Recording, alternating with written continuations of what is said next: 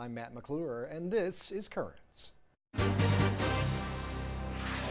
Move over, Ty Pennington. A Catholic Charity Senior Center gets an extreme makeover.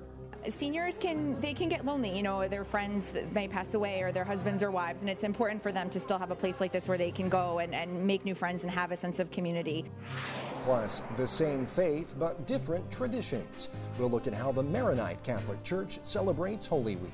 Wednesday is Ritual of the Lamp, and that is we take a big ball of dough, and we put 7 lights in it. And Palm Sunday at a solemn site. On 9/11, there were hundreds of individuals, women and men, who ran to help others in their time of great need. They were walking in the footsteps of the crucified and risen Lord.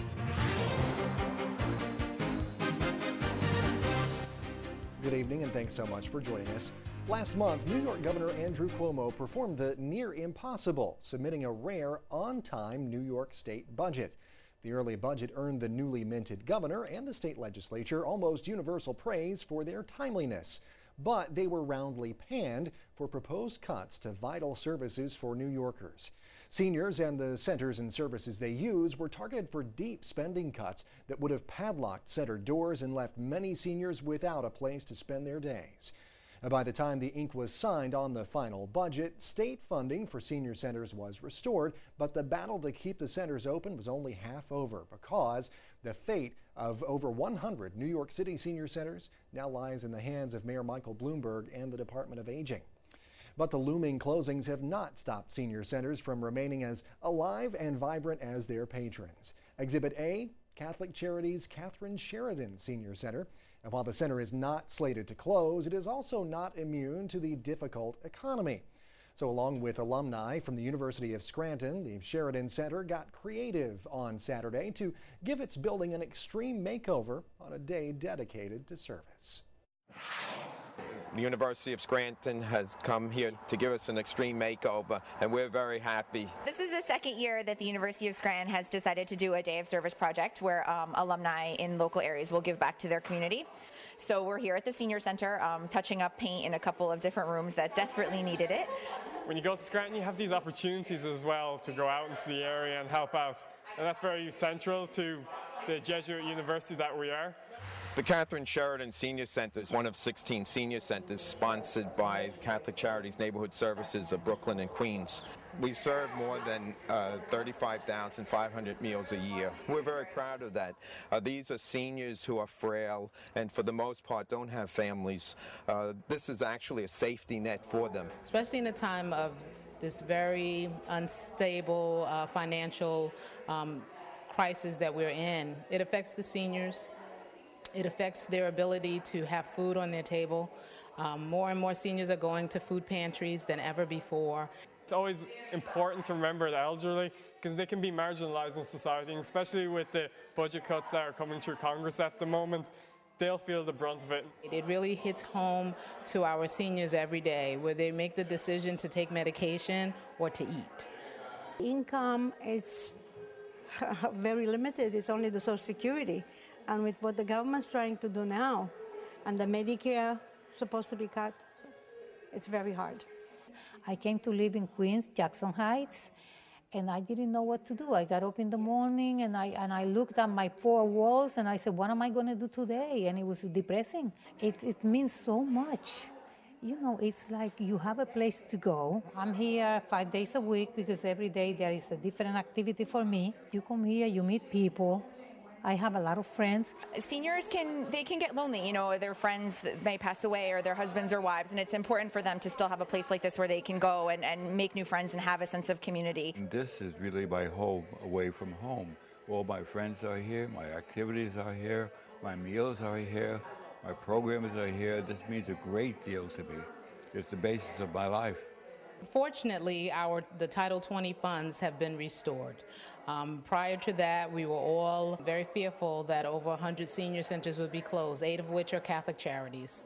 But we are concerned with upcoming budget cuts on the city level, the borough president as well. It would make it very difficult to continue services. We would not have the activities. We would not have the lunches. So we're just really thankful that our partnerships are working. We desperately need them. It says to us that there are people in the world that care. I think it's wonderful, and it reminds me of my youth. I did similar things at the time when I could. God bless them all. I wish them the very best in their endeavors for the future. What can I say? It was a pleasure. Great to see those guys and gals out there working hard to try to improve things for seniors in such a difficult time. We'll stay with us here as much more currents coming up. No stranger to Emmy nominations and wins now. Net has another huge honor to celebrate. We'll have that story plus the rest of the day's headlines next.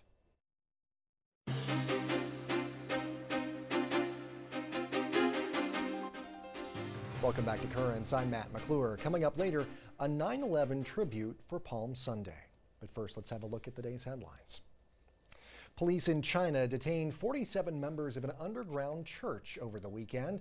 It was part of a crackdown on congregations not registered with the Chinese government. The 47 people were detained after attempting to worship in an open-air space.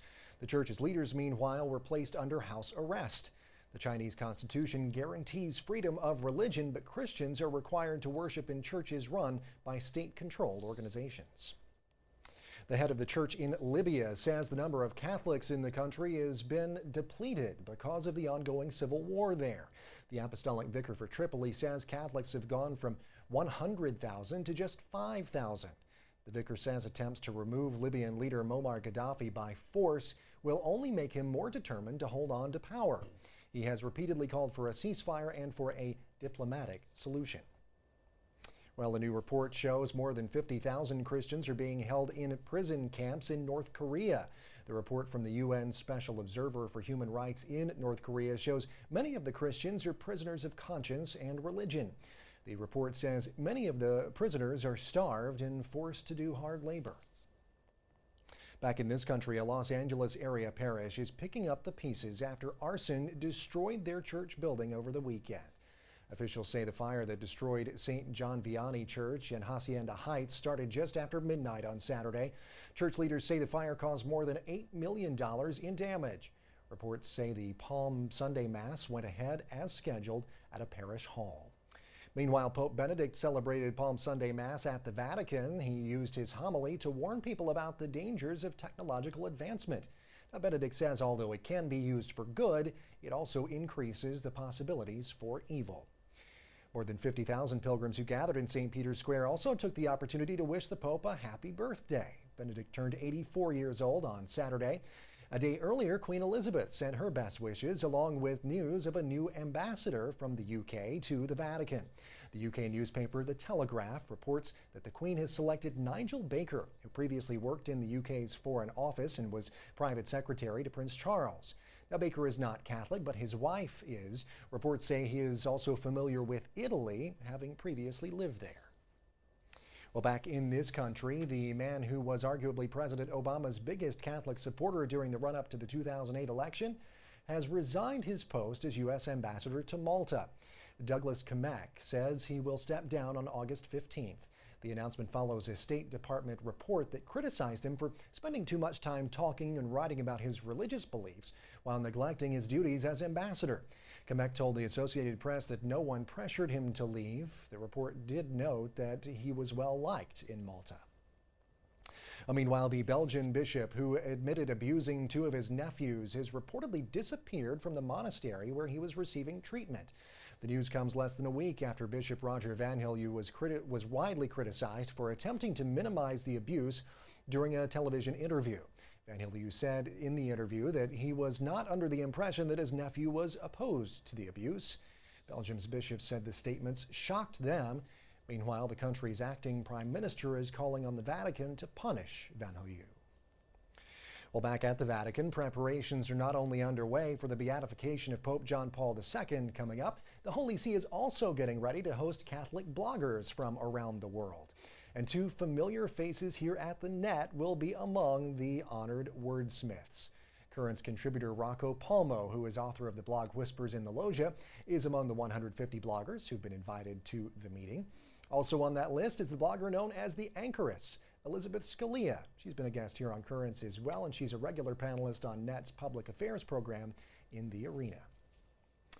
Well, it is finally here, Reconciliation Monday. At 3 o'clock this afternoon, all churches in the Diocese of Brooklyn, Rockville Center, and the Archdiocese of New York began offering confession for 6 straight hours. We wanted to hear from people who were taking advantage of this unique initiative, so we headed to Holy Name Church in Windsor Terrace, Brooklyn. While Roman Catholics all over the world are preparing to celebrate Easter Sunday, metro area parishes are welcoming the faithful to confession during Reconciliation Monday. Father James Cunningham, administrator for Holy Name Parish in Windsor Terrace, had this to say. There was an effort, combined effort, among Bishop Murphy from Rockville Center and Bishop DiMarzio, and this year with Archbishop Dolan, to give the people of New York City and Long Island an opportunity to come and to experience God's forgiveness in the sacrament of reconciliation. Oftentimes people wouldn't go to confession because it wasn't at a time that was convenient, or they were not available when confessions were being heard. And now this kind of takes away any obstacle. So churches throughout the Diocese of Brooklyn, Rockville Center, and the Archdiocese of New York opened their doors today from 3 p.m. to 9 p.m. in an effort to stress the importance of penance before Easter. We all need to recognize that we're sinners, and that God gives us the opportunity to allow ourselves to be transformed. The whole season of Lent enables us to focus on that part of our lives. What do we want to change? How can we be better disciples? And Father Cunningham says it is crucial to recognize the spiritual truth underlying the sacrament. If someone comes to confession today, they will experience the loving and forgiving embrace of Jesus and nothing else. No one to condemn them, no one to question them or challenge them, but really just to love them and to bring to them God's forgiveness. And the parishioners we spoke with expressed gratitude for the opportunity to take advantage of an open call to confession. More people should be doing Reconciliation Monday, because it really does give you an opportunity to get to confession and to do the things that you know are right. You can anticipate that everything's going to come out glorious on Easter, which is what we all hope for. And yes, I think it's wonderful. And if you're a procrastinator kind of like me, and if you've procrastinated on your taxes, actually filed early this time, the deadline for filing your taxes is just about here. Post offices open until midnight tonight. You have until then to get your taxes postmarked and in the mail. Well, stay with us. There's much more Currents straight ahead. Coming up, the Maronite Catholic Church celebrates Holy Week with unique traditions. We'll hear all about them. We are in full communion with Rome, but we do things liturgically different.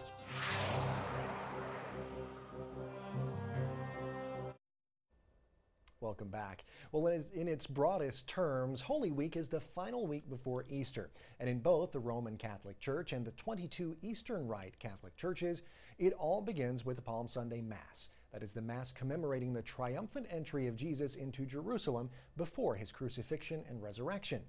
Holy Week prepares the faithful for Easter Sunday. But did you know that not all Catholics prepare in the same way? Now, the Eastern Rite Catholic Church, which does include the Maronite Church, now while in full communion with the Pope of Rome, well, they've preserved centuries-old liturgical and devotional traditions that are markedly different but just as reverential. To learn more about these unique differences, I sat down recently with an old friend, Father James Root. He's the rector of Brooklyn's Our Lady of Lebanon Maronite Catholic Cathedral.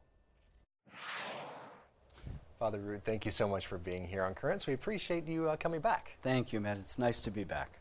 Well, first of all, for people who might not remember since your last visit to us, tell us a little bit about, give a little, I guess, in a nutshell, refresher course about the Maronite tradition and what it's about. Yeah, most people are not aware when they hear Catholicism, they think of just Roman Catholic churches. Absolutely. There are 22 rites or 22 specific churches within the Catholic communion. The Maronite Church happens to be one. And out of the 22, they come from 5 centers of Christianity. And the Maronites are from the Syriac Antiochian tradition, Antioch, where in the Acts of the Apostles it says that the early disciples or the early Christians were called Christians in Antioch, and it was a derogatory term, but it's a way of spirituality. We are in full communion with Rome, but we do things liturgically different. Sure. So our sanctual cycle is a little different. Right, right. And speaking of that, I know that Holy Week for the Maronite faith is a little bit different than what people might be used to. It's kind of essentially the same. I mean, obviously you celebrate you observe Palm Sunday, Yes. and have the celebration of Jesus coming into the city and all of that. And then a lot of the observances are the same, but there are quite a few differences. Tell us about those. Yes, as well. first of all, we don't have the long gospel that they would have in the Roman or the Western Church. It is specifically just the entrance into Jerusalem. Right. It's a day of celebration. We do not wear purple or red. We wear white. Sometimes the bishop will wear gold vestments. The children will wear their Sunday best. It's even bigger for the children than on Easter Sunday, for instance. Sure. They will have decorated candles, many of them we call them mini Paschal candles, and they're full of flowers and ribbons and even sometimes bakery.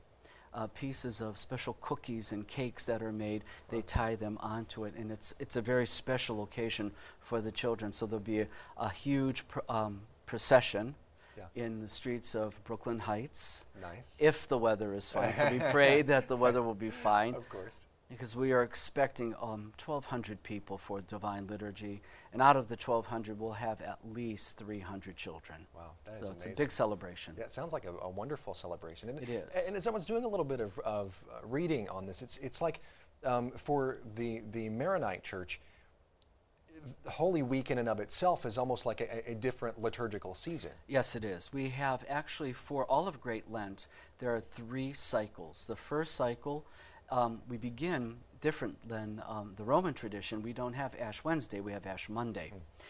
And so that's 2 days before the Roman tradition. But also the day before that, Sunday, Cana Sunday, the first miracle of Jesus, the miracle of Cana of Galilee at the wedding feast. Sure. So that begins our Lenten cycle. And already the purple is on the clergy and whatnot. Then we have Sundays of the leper, Sunday of the hemorrhaging woman, and then Sunday of the prodigal son. That's midpoint. And then we go to the paralytic, Bartimaeus the blind man, and now to the great entrance in Jerusalem. Wow. A lot of great observances there along the way. Yeah, it's very different. This week, according to our ritual, has a separate ritbi, as we say in Arabic, a separate ritual for all of this week. We will have Divine Liturgy Monday and Tuesday, and we also, in accordance with the Diocese of Brooklyn, we will have confessions all day Monday as well, from 9 a.m. until 9 p.m. at the cathedral on the 18th. And then in the evening, we have a special liturgy that is mostly small prayers and hymns, somewhat like the normal liturgy, but not necessarily, we do not have to have Eucharist with it. Sure. But we will add the anaphora or the consecration part of the Divine Liturgy with it. Wednesday, though, is really interesting because Wednesday is ritual of the lamp. And that is, we take a big ball of dough. Yeah. And we put 7 lights in it. I saw a picture of that, and I was like, what is this tradition? Yeah, it's really interesting. And then we immerse that in oil. And then there are 7 separate prayers and hymns, and for each one there is a lighting of the 7 lamps. Wow. Then there is a blessing of the oil. Not to be confused with the Chrism Mass. Right. But we do that differently also. To show our unity to the patriarchal see, we only consecrate the oil of the catechumen and the oil of the sick. The bishop does that. Right. The oil for the Mairun, the chrism, comes from Lebanon. Oh. So it will be consecrated next week, and then it will be shipped to the United States. As a matter of fact, they ship it to Australia and to Mexico, Venezuela, to all of the Maronite dioceses throughout the world. Wow. To show our unity. It's amazing. Well, it sounds like obviously a very beautiful and meaningful observance, and I wish we could continue, but we are just out of time, actually. So, but Father Root, thank you so much for being here. Thank you again for having me. Appreciate it very much. God bless. Thanks. Always great to have Father Root here, learn more about the Maronite Church. Well, stay with us. We have much more currents coming up. When we return, a celebration of Palm Sunday at one of New York's sacred sites, a 9/11 memorial in Brooklyn. All these men and women who died that day are in the presence of God already, and they're celebrating the new life of resurrection.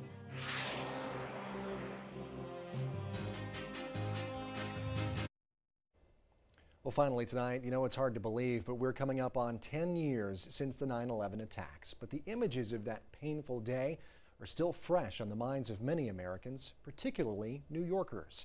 Many people in this great city watched or ran as the Twin Towers of the World Trade Center fell, and nearly everyone knew someone who perished on that fateful day. But since 2001, the conversation about 9/11 has not been without controversy. The controversy over the World Trade Center Memorial itself, the legislative wrangling over assistance to first responders, and the battles over building of an Islamic center and mosque near Ground Zero. Well, in the midst of all this back and forth, one place has remained an oasis of peace.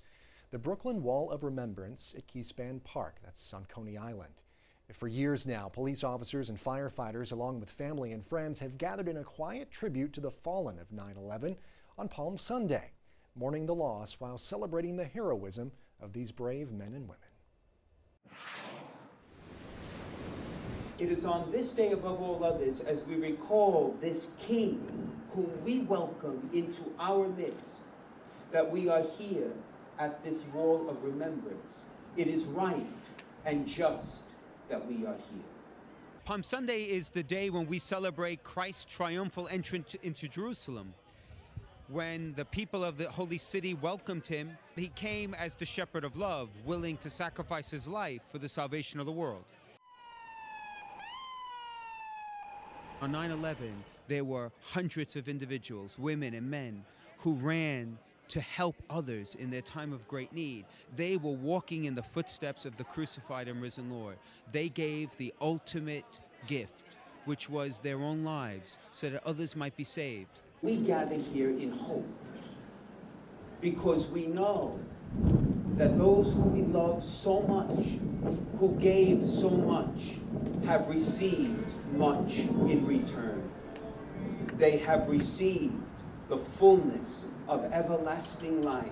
It's a good opportunity for us to come together today to realize that while we come to remember, we also come to celebrate the fact that that all these men and women who died that day are in the presence of God already, and they're celebrating the new life of resurrection. In the ancient world, a palm was a sign of royalty. It was given as a sign of respect and dignity for those who would come into a city to welcome them. They would lay palms on the roadways.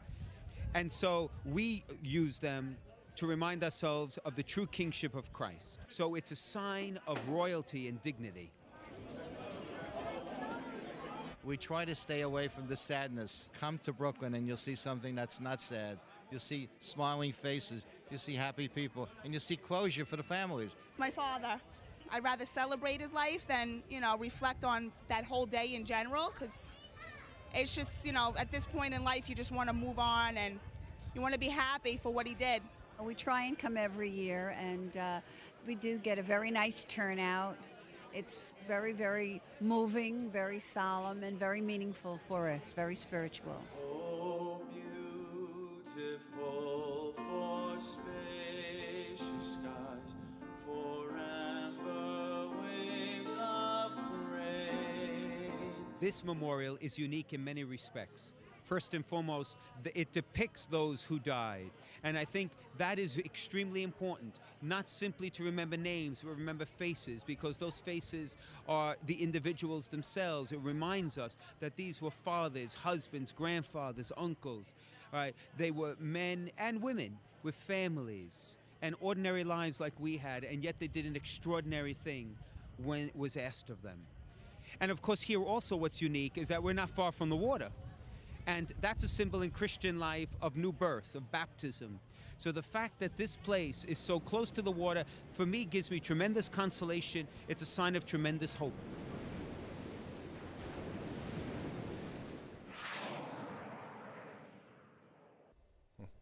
What a way to remember the events of 9/11, the victims of 9/11, and celebrate Palm Sunday in the process. Very moving. Well, that is it for this edition of Currents. Now, coming up tomorrow, too soon, we stop by an Easter egg scavenger hunt that replaces the park with the pews. Until then, though, be sure to visit us online. We're over at currentsny.net on the World Wide Web. We're also on Twitter and on Facebook. For all of us here at Currents, I'm Matt McClure. Thanks so much for watching. Have a great night.